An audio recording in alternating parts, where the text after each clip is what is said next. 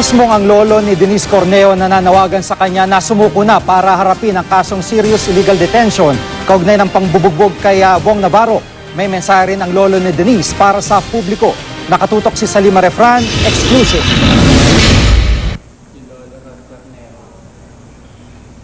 My dear Denise, I'm appealing to you as your grand uncle.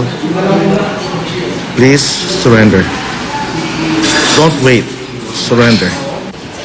Ito ang pagsusumamo ni Rod Cornejo para sa kanyang apo na si Denise Cornejo. Hindi pa rin kasi nauhuli si Denise para sa kasong serious illegal detention na inihain ng aktor na si Bong Navarro.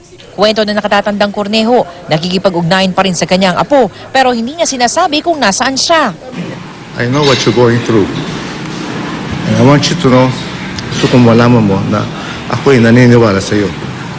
Yung mga sinabi mo sa akin, yung nangyari sa iyo, tinatanggap ko na yan ang katotohanan. Ngunit, Denise, hindi rin tama na nagtatago ka sa batas. Para sa ikabubuti mo, sumuko ka na. May mensahe din si Cornejo para sa publikong sumusubaybay sa kaso. Imbes na tayo maghusga at manira, no, at matuwa, no, sa nangyari sa kanila, isipin din natin na mga tao din sila, no, at may mga karapatan.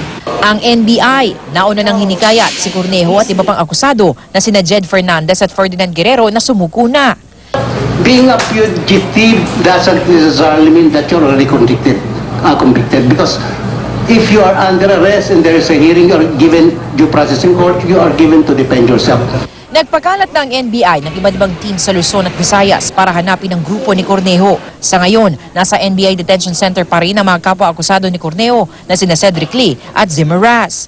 Sa Martes, May 6, nagadakda ang pagdinig sa petition for bail ni Lee at Raz.